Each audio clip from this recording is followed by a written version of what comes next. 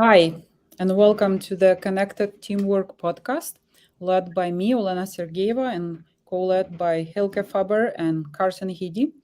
Welcome. This is the time when we focus on team connectedness and on what helps us thrive in a team setting. So today we will look at goal setting and aligning around goals, which is, a critical element of team success. And before we do that, we want to practice connectedness here by doing a very super fast check in where each of us will answer two questions. How are you feeling? And what's your intention for the next 30 minutes? So I guess I'll go first. I'm feeling great. It's a good, nice summer day and an interesting topic. And my intention is to share some of my experiences and also listen to the experiences of Hilke and Carson about this and hopefully learn something for myself today about this. Over to you, Hilke. Welcome, Olena. I am feeling present, slightly tired because I'm not such a good sleeper in a tent, I'm discovering from this past weekend. And also excited to have this conversation about goal setting, which leads me to my intention. It's so easy to get distracted. And for me, it's the beauty and the dignity that comes from being clear about what's truly important to me and sharing about that and learning about that together in this podcast is what my intention is. With that, I'm in, and I pass it to my friend Carson Heady. Thank you, Hylke, Olena. I'm feeling energized. I actually just came off of a team meeting, and it was just celebration of some successes from our fiscal year, which is coming to an end here this week, but also to be able to share the stage with these two who I admire greatly, Hylke and Olena, and I just continue to learn and get opportunities to share. Where I've learned from team experiences throughout my career. Over the next 20 plus minutes, what I'm looking to and looking forward to is hopefully planting some seeds with our audience, getting you to think about, how you have set goals individually and with your team, what's worked, what hasn't. And ideally, we can continue the dialogue with you, one-to-one, one-to-many. I'm definitely really excited about the future of this show and engaging with some of those watching as future guests, but also as we really explore and unpack this, really want to just plant some seeds for how we can all continue to better ourselves in connected teamwork. Back to you, Olena. Welcome, Carson. Welcome, Hilke. And when I was thinking about today's topic, I sort of reflected upon my own journey with goals and goal setting. And I recall that when I started working, which was back in the 90s, 91 or 92, my first job was working for US Peace Corps, and it was fascinating to discover the world of program management and project management and goals, objectives, milestones, and tasks, and working around that structure, and timelines and everything. I really enjoyed that. And then later, when I started working for global company, which was really guided by management by objectives principles, that took me even to the higher level of understanding smart goals and how you build your whole year around that, your feedback practices, your planning, your meetings, and so on, and the joy of accomplishing the goals, and the joy of dealing with some or addressing some challenges in the process. And it's been only later when I started reflecting upon where are these goals are coming from, right? um, and how meaningful they are to me personally, how aligned I am with what's happening in a bigger corporation or big organization, right? And how aligned are people I work with these goals, how motivational they truly are for each of them. So I would like to focus right now or explore a question and hear your perspectives on how do you identify the, let's say, higher purpose of your team? how do you identify that, and how you stay true to that? And I guess I'll invite Carson to comment. I love that question. It's a super important one. Look, I've been in a lot of different roles throughout my career, many of them sales oriented. And so they've been as simple and basic as this is your number you have to hit for this year, and there's no other metrics, all the way to, here is a full scorecard, all of these areas that we have to hit from a customer satisfaction perspective to, this widget, this metric, this call time, et cetera. So I've been in a lot of different scenarios. I think the first step is listen to leadership. It's really understand, what is leadership telling us about what is important about where we're driving as an organization. For some of us, that's a small organization. There are, a number of elements that are the barometer of success. And then in larger organizations, there may be many more. And really what's paramount around that is listening to the customer. Who is the audience? Who are we delivering for? That, I think, can really help us fine tune what is that higher purpose? How do we identify that higher purpose? And then the last element of that I think is super important, and I think we're going to delve more into this as the show progresses, but really understanding the kind of the sum of the needs of the different business players, the different business units, the different people that are part of a team. If you're working for a relatively small organization, this is everybody that plays a part in the finished result, the finished product. In a very large organization, you could have different business units. You could have different operating groups, and each of them have their own missions and milestones. People have their driving forces, whether it's they want to optimize their paycheck, they want to get a promotion, they want to have maximum impact, they want to elevate everyone around them. Oftentimes that is an individual's higher purpose, but an organization's higher purpose may be a lot more altruistic, making a difference in the world. How can we work with our audience and our customers to transform experiences and to do good for the world? So I think that's where you really want to understand, what is our organization driving toward? What do our customers need and expect from us? And then what do other potential people, partners, organizations that we could work with, what do they need and expect from us? And how could we really live and embody that? That can help us define higher purpose. Thank you, Carson. And I heard a lot of the importance of listening, basically, to all the various players, whether it's leadership or your own team, customers, and then other important business players in the game, right? And it really varies whether it's a huge organization or a small organization, right? The approach may be very different. However, I'm curious also to hear you, Hylke, and my focus in the question will be, how about this higher purpose, right? Because we can all agree that most businesses, evolve around sales and revenues and EBITDA and profits and so on, right? And many of them have very nice missions that may be inspiring and so on. The reality of organizational life gets much more messy, right? And it's not as centered on the mission and values in your daily life very often. So how do you stay true to higher purpose, right? And how do you discover your own team higher purpose within that, within all of us pretty much shooting for achieving annual goals and so on? That's great. Thank you for that question. I'm thinking about making soup. So when you make soup, like, you need to have a goal of, I need to get the right ingredients, I need to have the right equipment, I need to give myself enough time. All these are micro goals that add up to a bigger goal of creating this delicious soup, right? Now, in the process of making this soup, I can get very excited because there's a new, nice aroma. I can get very discouraged because I didn't get the right ingredient, or I overburnt it, or it's not ready yet, or whatever it is. All of that could say are intermediate goals that are transient and they're transitory. And you asked me about higher purpose. So how do I stay focused? Because what's the purpose of a goal in an organization, in a team? The purpose of a goal is to galvanize time and attention and resources for an outcome.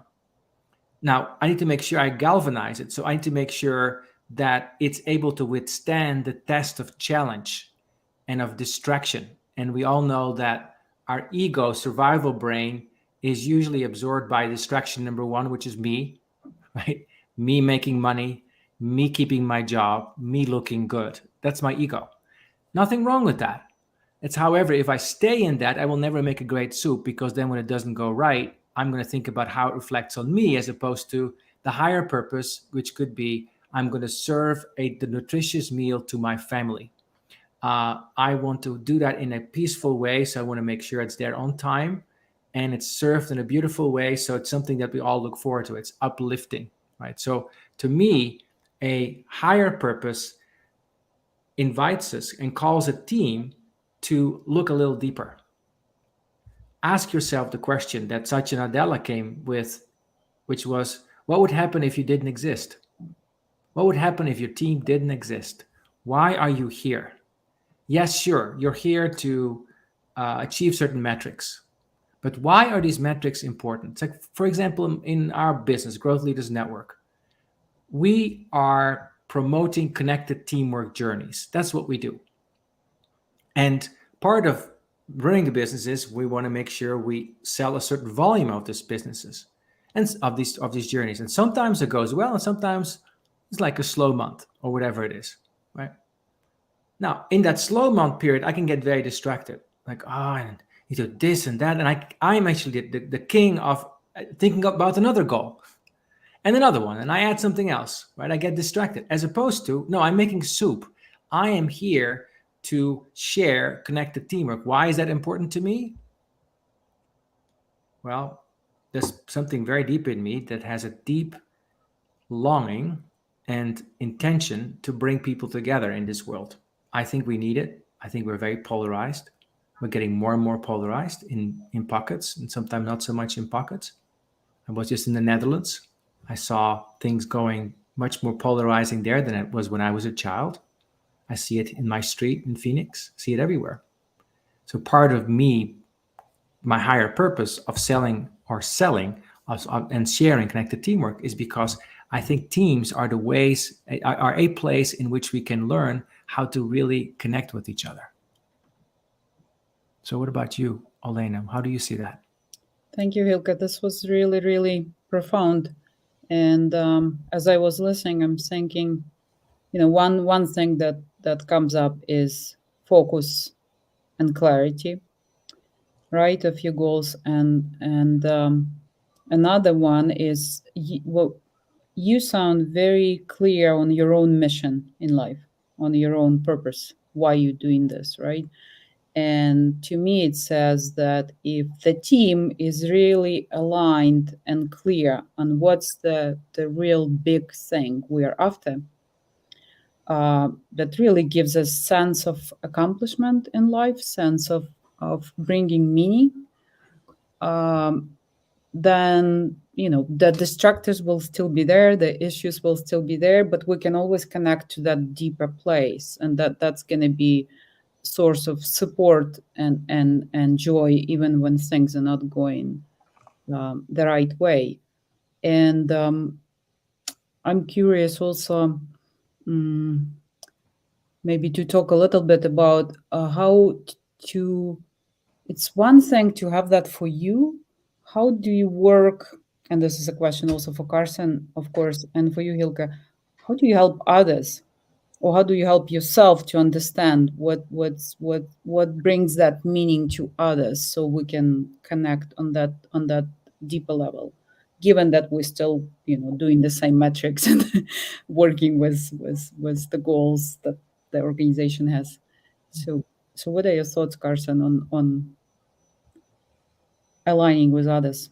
Yeah, I love that question. I think it's important, whatever you're in a position as a leader, to empower and enable your team to come together around where there are synergies and where there are opportunities to really unearth this higher purpose. I work with a lot of organizations whose higher purpose is to continue saving lives, or to uncover cures for incurable diseases. And so, my role in all of that might be a cog in the wheel to bring a resource that they may not have been aware of that could amplify and elevate what they're doing. And so I think the key element is understanding what everyone you touch, what is their higher purpose. I think those things are important. In the past, I have fostered, committees, built community around what we're doing, be it groups that come together in person or virtually. Over the last few years, there's been a prominence in virtual communities that come together around a common cause and higher purpose.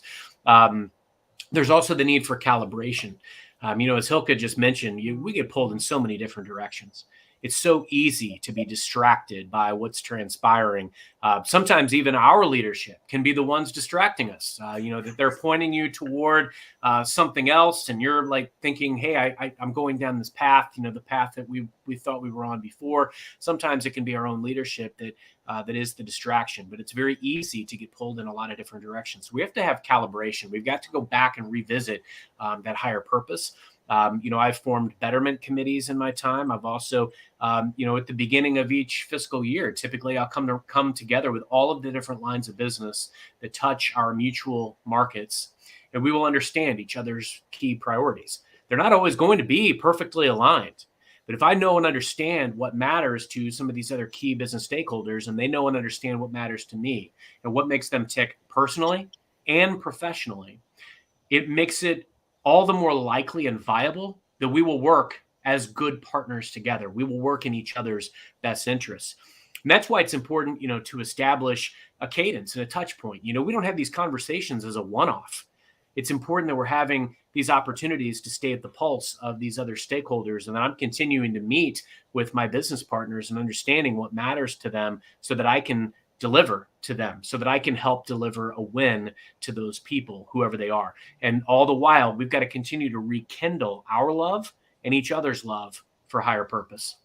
What about you, Hylke? Well, I love that integration of the business and the professional, the business and the personal that you're alluding to, Carson. And I love your question, Olena, about, so how do you do this together, right? Because you might be sitting and listening, yeah, I have a sense of what my higher purpose is, but it got nothing to do with the number that the manager that I'm reporting to just gave to me. Like, what does that have to do with each other, right? And to me, that's the paradox of goal setting. When things don't fit together, it usually means that we haven't looked deeply enough, which doesn't mean that it always fits together. Not saying that. But what we find is when you ask the why question, like, for example, why, putting this onto myself, why do I want to attain a certain volume within Growth Leaders Network of connected teamwork journeys? Why? Not because I want to have X million dollars on my tombstone when I die. I don't care at all. Of course, I want a certain level of stability for my family. That's true, right? But why is this important to me? Well, it's important to me because I feel this need in the world. And then I ask my teammates, like Olena, you're part of my team, our team within Growth Leaders Network. Why is connected teamwork important to you personally? Let's just practice it for a moment. You want me to answer right now? Okay. Yes. Putting me on the spot now. Yeah. Hylke loves doing that. Right. I was just thinking about paradoxes, but I'll comment on that later. Yes. Why connected teamwork is important to me? Well, I am a believer of human connectedness as being one big recipe for resolving many of the complexities of the modern world. And I do observe a lot of disconnect and a lot of awful things happening, being here in US because of the war in Ukraine. So it's the world is in a difficult place. So I want to make a difference. I want to contribute to making it a better place through even helping others to learn more about how to connect to themselves, how to connect to others, and how to connect to the cause that they, really feel passionate about, that brings something good to the world. Yes. But let me also say a few words about paradox, because I was thinking, organizational life is so full of these paradoxes where like two departments may work at conflicting almost goals, right? Or like you pointed out, you may have a goal that seems to be at odds with the goal that's coming from your manager or something, right? So I love that approach of asking yourself why, right? Where you could look deeper at these conflicting goals, or you could ask others, right? If you are, have this confrontation with someone who has a goal that seems to be so different from yours, and so that whole communication conversation process is so critical to arriving at overarching goal or overarching understanding of what's really important. um, yeah. Um, Carson, maybe you also want to add. Oh, sorry, Hylke, you wanted to say something. Yeah, I want to add something to that. So I see it as when we ask the question of why, it's like tuning an orchestra. It's like we're all listening to each other. And in that, there's also discovery that happens. As you were talking about Ukraine, I discovered something more deeply in me, and something in me started to resonate. So I started being tuned by your speaking. And similarly, when I'm talking to Carson, something in me gets tuned because something in me gets activated. So actually spending some time with your team, which may seem like a waste of time from the ego's perspective, but from a deeper perspective, like, why are we doing this? And once you get that inner resonance with each other, you likely never forget it. So you always can come back to it, and you can even have a little word for it. Like we call it connected teamwork, and now we know what that means. And even if we're in the middle of conflict or whatever it might be, we can always come back to that.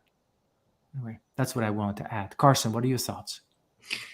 When I think of connected teams and why connected teamwork is so important, I think about that is when a team is connected, when everyone is able to do their best work. We know what our unique superpowers are. We know how we can use them to amplify the efforts of others. And we also know how we can complement the work that everyone else is doing. People are working together because there are common things that we're all after. The pursuit might look a little bit different for everyone, but we're all marching to the beat of the same drum because we're after that common higher purpose. When I think about great teams, I think about the Chicago Bulls of the 1990s. And the reason why, I was a kid watching Michael Jordan play, but what I think about is common themes in leadership. And what I think about is solving the problems and the challenges that exist, but also elevating everyone else around you. Michael Jordan was a great scorer, but he wasn't enough to win championships. And they couldn't get past the staunch defense of the Detroit Pistons. So what did they do? Well, if you watch The Last Dance, you will know. But what they ended up doing is they focused on bulking up and controlling what they could control to solve the problem of getting just as tough as the toughest team in the league. That's what got them past the Pistons, and they ultimately beat the Lakers for their first championship. But over the years, what transpired? That team would have never won if it had just been Michael Jordan out there all by himself. He had to become, and he had to embrace being a student of his game and being a student of his craft. And that is where we can all optimize ourselves as leaders and even as individual contributors, is understanding our craft so well and understanding the purpose of everyone around us so that we can be a multiplier instead of just being out for our own purpose, hire or not. And if you are out there looking to multiply the efforts of other people, ultimately that is how you can create a connected team. I love that.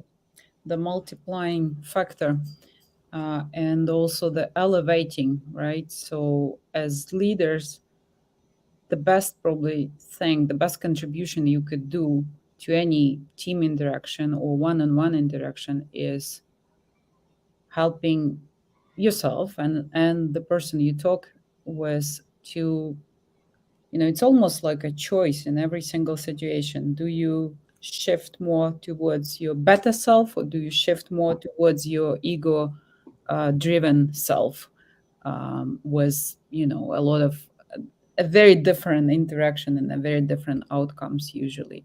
And that choice, like, you need to make for yourself as a leader in every given moment in a conversation. We just had like a meeting today in the morning where, like, Hylke, for example, made the choice to say, I'm sorry about something that just happened a moment ago. And that's a choice, right? You're making right there. Um, so, and I think that requires a lot of in tune with yourself, a lot of in tune with what's happening, and certain sort of boldness and transparency um, in your interactions. I'm thinking that we usually end this with something practical, right? That you um, can take to your teams and work with. And I was thinking that a good practice for thinking about goals and aligning is from twos.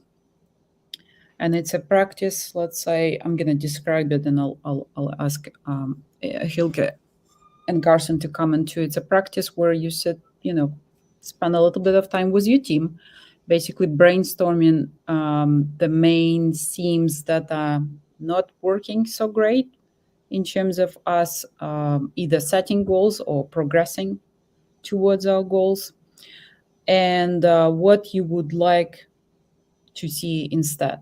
What would be the ideal, um, a vision of either how we work together or how we work with these goals and so on. And that usually results in a list of between 5 and 10 areas that we want to change, basically, which then becomes a vehicle for us to discuss what exactly we could do, right? What commitments each of us can make, what commitment we can make as a team, which gives us mechanism, to come back to and serves as our internal sort of progress metrics, I would say. So, Hylke, you have a lot of experience using this particular practice, so maybe you want to add. Yes. So what we're doing here, we're inviting you into the practice of developmental goals. You can have all kinds of goals. You can have outcome goals, and you can have individual goals. You also can have developmental goals. Like, how do you want to shift the behavior of your team? And that's why I like from twos, because they're very specific and you're all aligned on it on a certain on a common language, right? So one from two we have in Growth Leaders Network is pursuing many different things to being very focused. And so when Olena says to me in a team meeting, let's focus, I don't only hear her say, let's focus. I also hear her say, let's practice something that we agreed to before. And because I have a deeper relationship with that from two, something in my neural system gets activated. It's like, oh yeah, right, focus. I remember what that feels like. And I get shifted that way, like being tuned back into resonance, basically what I should be doing. So I see that a lot with teams where these from twos become beacons that guide people and become a language to achieve the goal together in a much easier way. Carson, what do you want to say about from twos? Yeah, I love that. That is a practice that my organization leverages quite heavily. And when I think about from twos, I think, one of the ones that jumps out to me most is going from a reactive state to a proactive state. I believe strongly that great leaders help their teams see around corners. And what that means is based on the collective experience of a team or situations that you navigate through, whether they go your way or not, you can take that key learning and you can help your team to see proactively around the corner based on that experience, based on where you've been and what you've encountered. And so I think that can help you get into more of a proactive state of connected teamwork. You know what's coming because you view a situation, you've been here before, or someone has. And I think that's why it's important to tap into the collective knowledge of the teams that you work with, because it's very likely that if you reach out and I heard this weekend that one of the greatest superpowers is asking for help, the ability to ask for help. And if you're willing and able to ask a colleague, a mentor, or even someone else in the organization who has some wisdom and experience how to do something or to help you in any given scenario, it is a multiplier because it will make you better, and it will take you from the position of being reactive to more in the driver's seat, so you can keep a steady hand on the wheel. Consistency is the key to leadership. I think a lot of times where we become reactive is because when we are surprised by a situation, or because when we act out of a desperation or out of emotion. And it's important to feel those emotions and understand them. But what we want to ultimately do is funnel and fuel that into a more proactive and decision based out of confidence. Thank you, Carson, and thank you, Hylke. Our time is up, so I'm just going to ask you to give a one-sentence checkout. And for me, my checkout today is remind myself of my higher purpose in all contexts and connect to that. Carson. Yes. My one-sentence checkout is be intentional. Be intentional about creating and rekindling your higher purpose and your team's higher purpose. You won't regret it. Thank you. Thank you. And for me, it's going from overanalyzing what might have not worked to being proactive in seeing around the corner towards the goal that we've set. Thank you so much. Thank you so much. Thank you.